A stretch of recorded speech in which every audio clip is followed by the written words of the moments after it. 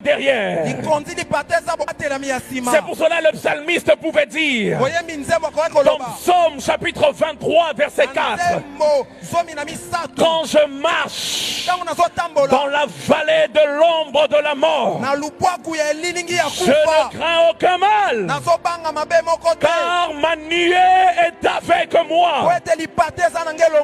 La raison pour laquelle le psalmiste ne craint aucun mal, la raison est triple. La première raison, c'est qu'il dit quand je marche dans la vallée de l'ombre de la mort, ce n'est pas la vallée de la mort, c'est la vallée de l'ombre de la mort. Et c'est la première raison pour laquelle il ne craint pas.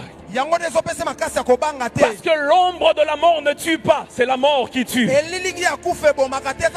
vallée que tu traverses, ce n'est pas une vallée de la mort. La vallée que tu traverses, c'est juste l'ombre de la mort.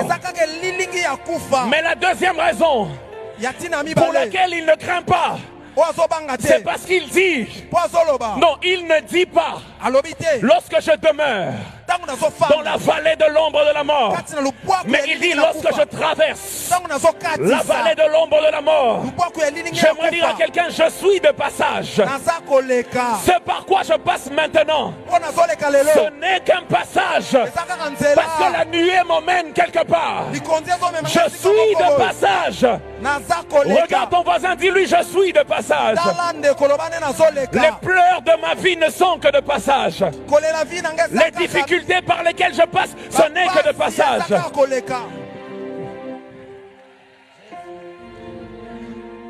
À chaque fois, ou bien souvent, quand la Bible parle de la vallée, elle parle de traversée.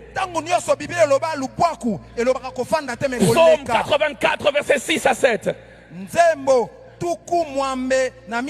Heureux ceux qui placent en toi leur appui. Ils trouvent dans leur cœur des chemins tout tracés. Et lorsqu'ils traversent la vallée des Baka, David traversait la vallée de l'ombre de la mort. Et dans Psaume 84, il traverse la vallée des larmes. La vallée de Baka. J'aimerais dire à quelqu'un, tu ne fais que la traverser. Tu ne fais que la traverser.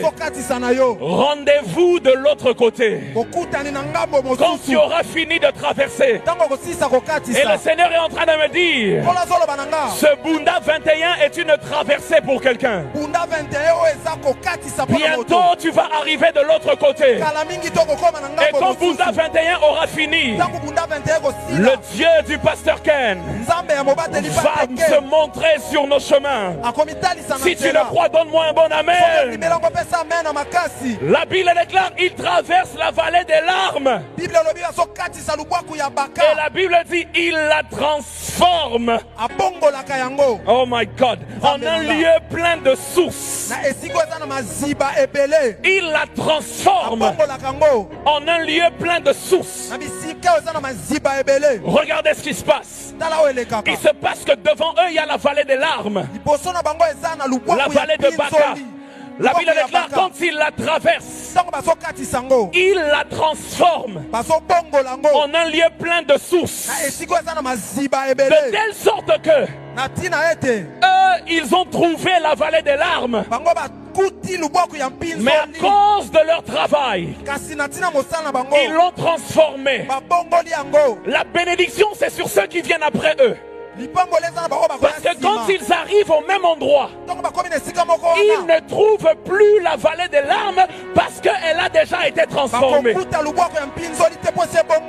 Il est possible que tu aies vécu les larmes, mais j'aimerais dire, ceux qui viennent après toi, tes enfants, les enfants de tes enfants, il est possible Que notre papa soit passé par une vallée des larmes. Mais nous qui sommes à sa suite, il l'a déjà transformé pour nous. Et j'aimerais déclarer sur ta vie, cette vallée des larmes va s'arrêter avec toi. Parce que tu vas la transformer en une source. Est-ce que je parle à quelqu'un?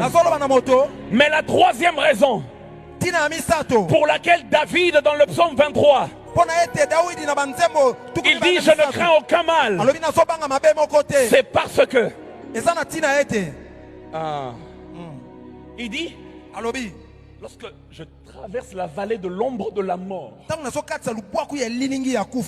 c'est parce qu'il n'y a jamais d'ombre s'il n'y a pas de lumière.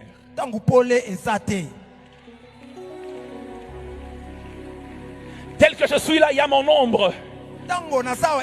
Mais c'est parce qu'il y a la lumière que l'ombre est projetée. Là où il n'y a pas de lumière, il n'y a pas d'ombre. La raison pour laquelle quand je traverse la vallée de l'ombre de la mort, je ne crains pas parce que je sais que ma lumière est quelque part. J'aimerais dire à quelqu'un: la nuée est avec toi dans la vallée de l'ombre de la mort. La nuée te protège. La nuée te protège. La nuée te protège. La nuée te protège. La nuée protège Philadelphie. La nuée